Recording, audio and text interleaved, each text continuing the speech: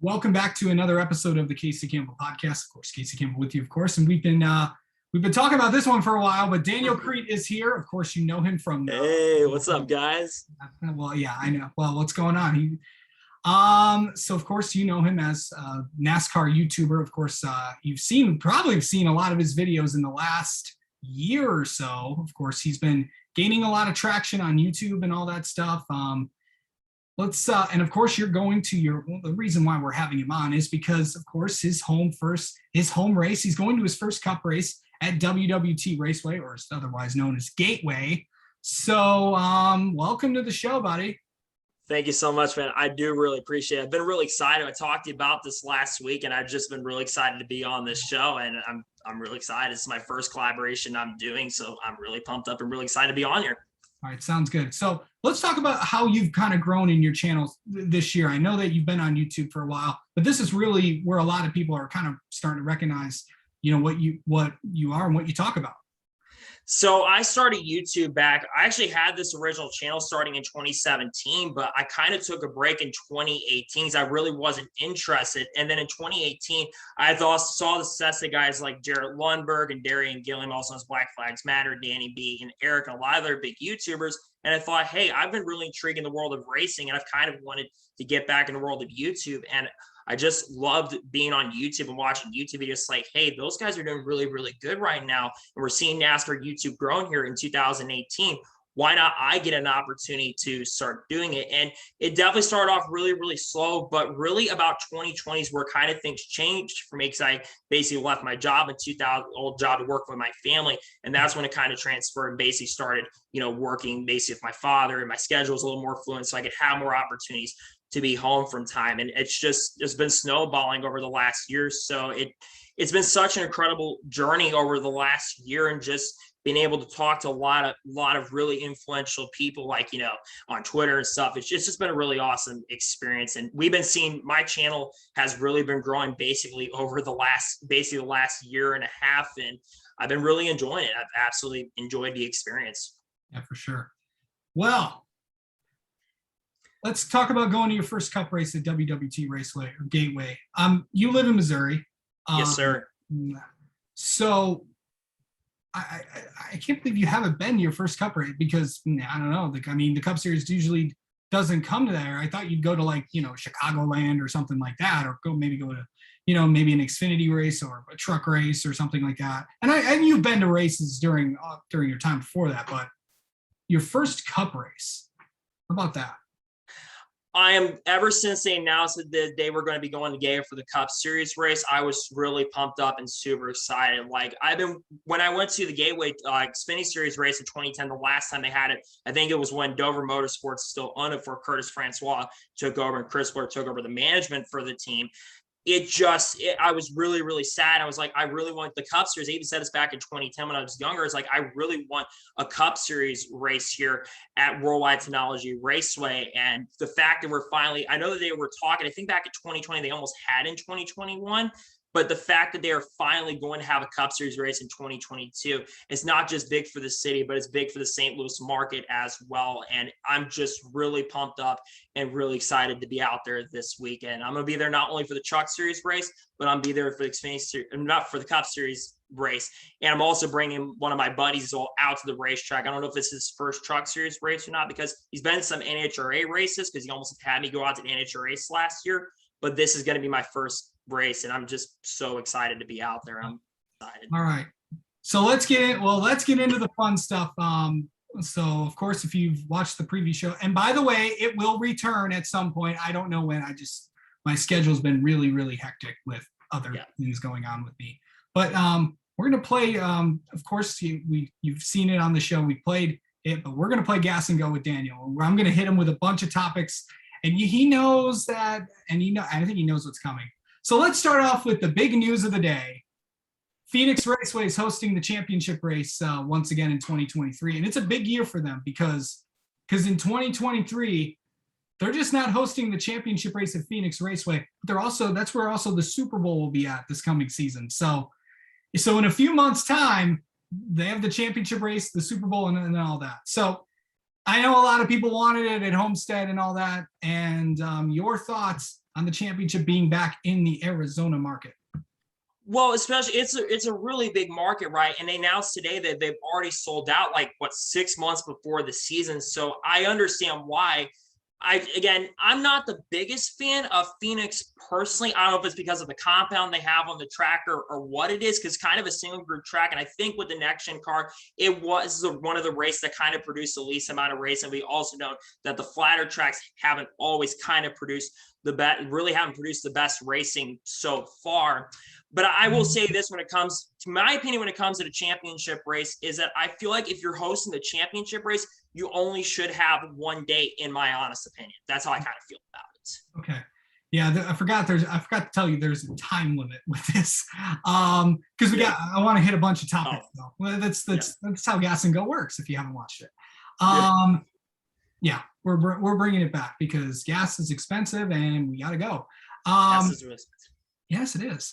So, okay, so let's talk about the Coca-Cola 600. What a fantastic show. And I watched bits and pieces of it because I was doing other stuff.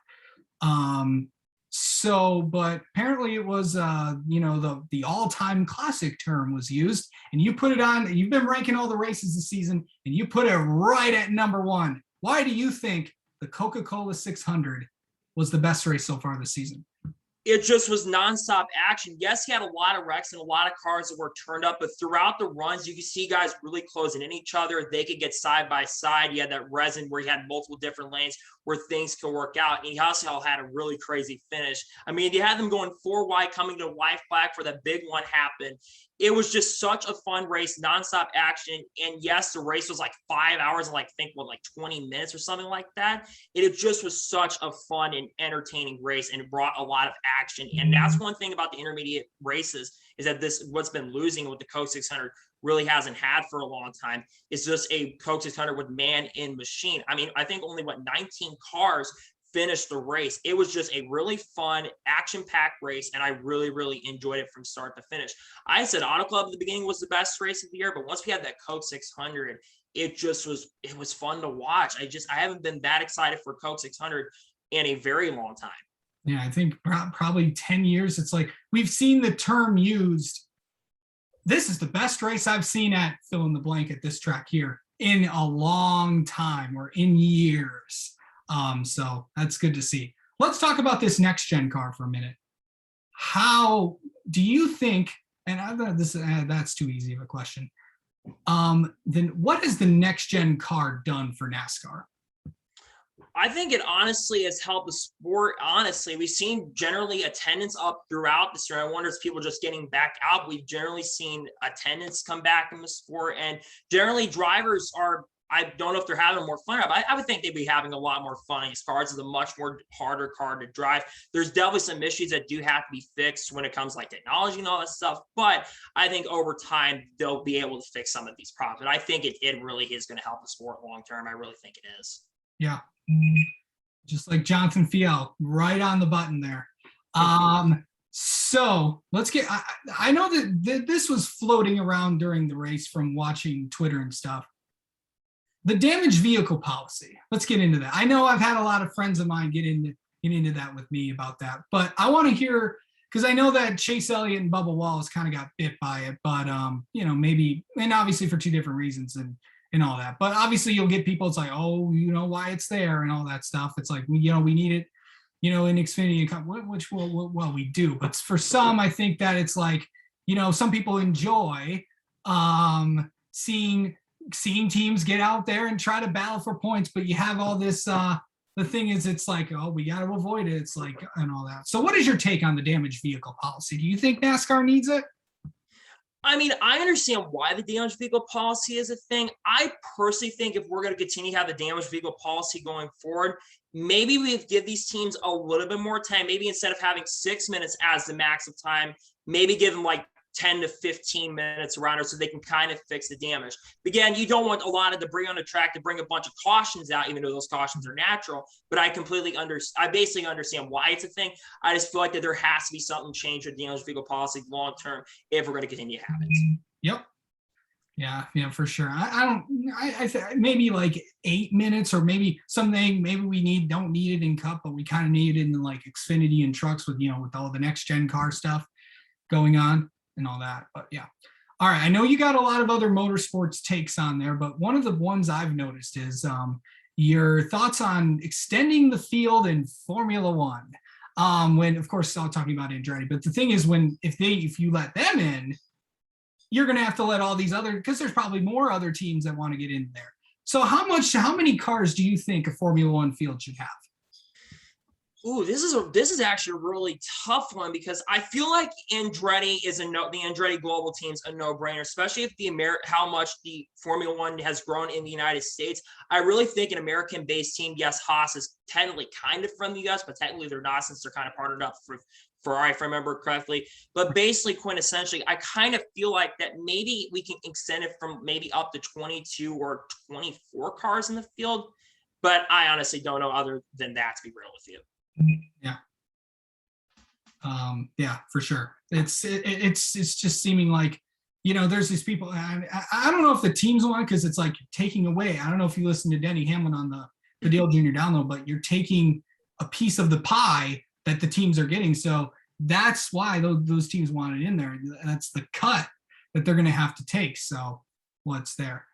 So it'll be interesting to see how that goes. I know Michael Andretti was pitching to all these people down in there. It seems like, let's see, do you think I should be in there? It's like, oh, yes, of course.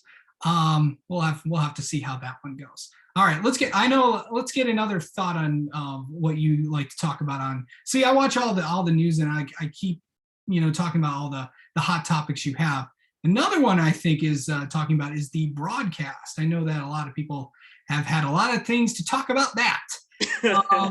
So, oh boy. Yeah, I don't know if we should go there, but overall, what are your thoughts on how the broadcasts have been this year?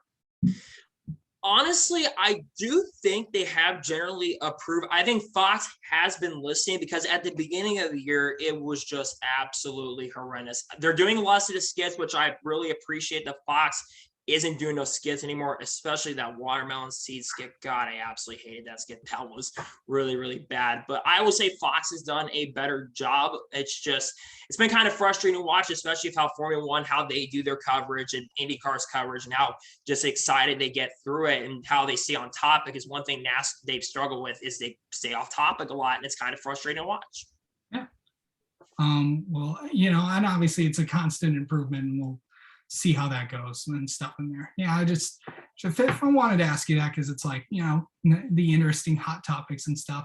But let's talk about, and the last thing I wanted to really ask you before we get into like the next segment of when I actually want you to make all your race picks. I know you made your pick for Cup, but I want you to make your picks for the Xfinity and trucks as well. So we'll get into that in a minute as well.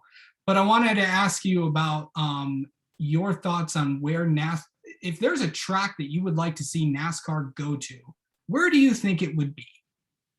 Well, it's a track that used to be in NASCAR that hasn't hosted racing since 2019, but I've been one of the people, I know a lot of people on Twitter have been wanting it, Chicagoland Speedway. I think Chicagoland will produce an amazing show with the next gen car. I think Chicago will be a great track for that. I think so, because I know that Chicago, but the thing is, and I know there actually has been constant communication with the city of Joliet and really all that. But I think what they need to do is if they want NASCAR to come to that area, they have to be committed on it. Because the thing is, that area, it's a different area. So we'll have to see how that kind of goes. But it looks like, I think that they would like to see it back, because it is a NASCAR owned track. And I know that I think a lot of people would like to see Chicagoland back on the schedule. I think that market is that is a very important market. Who knows if the street course race is going to happen?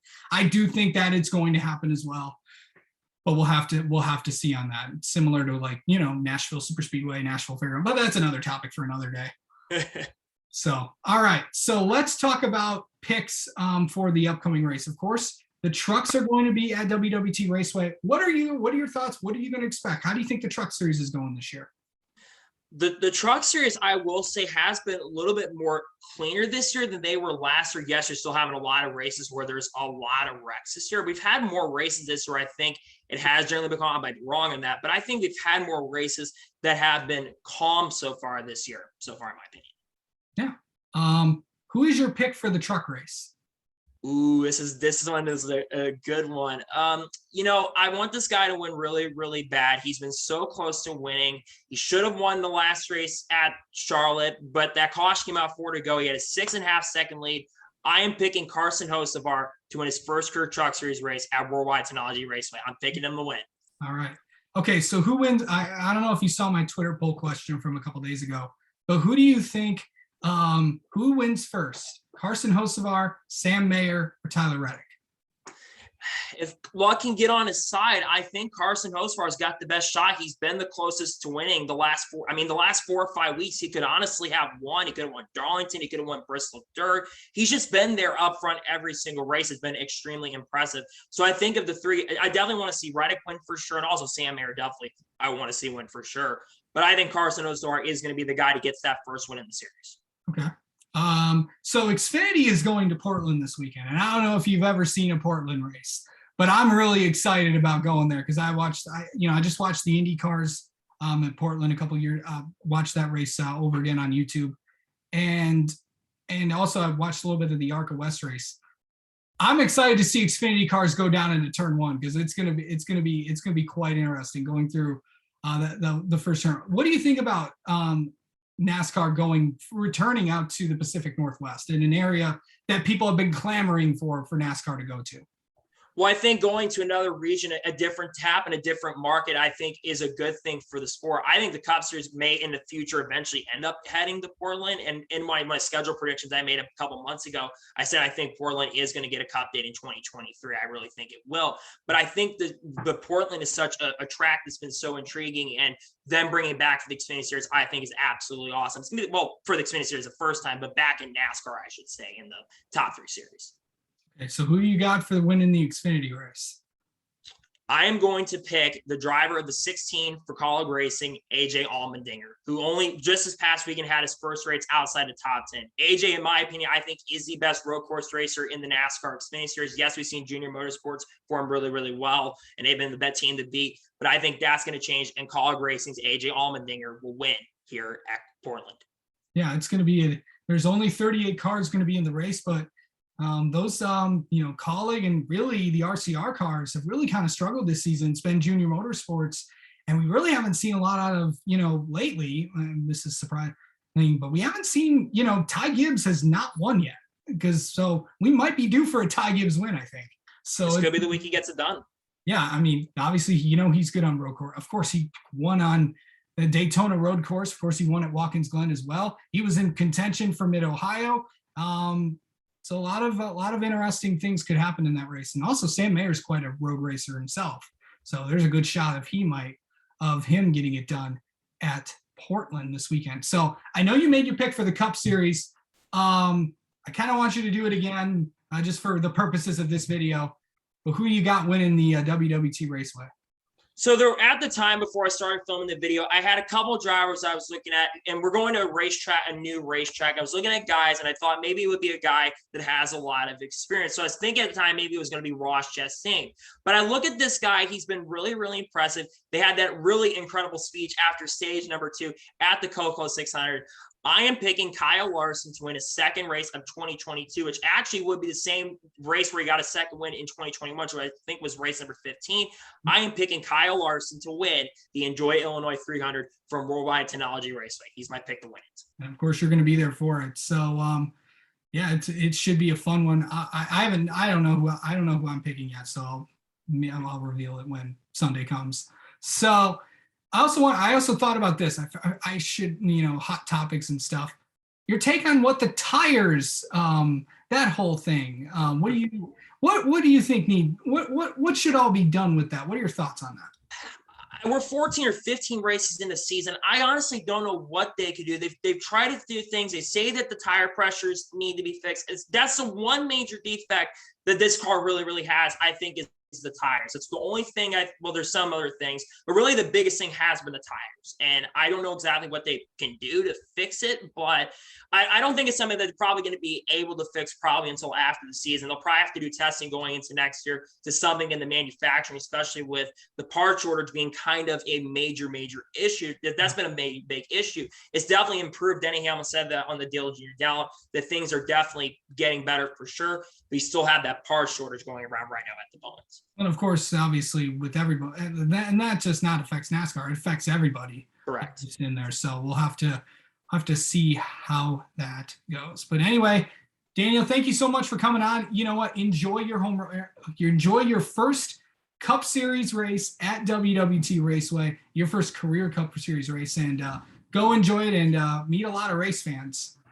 Sure. I'm really excited for this race. I cannot wait to be out there. There's going to probably be a lot of people that I know they're probably going to be from St. Louis area. They're probably going to be out the race. So I'm really excited to be there, and I cannot wait to do it. I'm not sure if I'll be in the infield or not for that. I don't know if I got the tickets for the infield or not, but I'll try to do some coverage from that as well. I'm planning to do some other videos from around there, and I do have a video that's coming out on Thursday for what you can do in the St. Louis area. So you can definitely should check that out when it comes out on Thursday.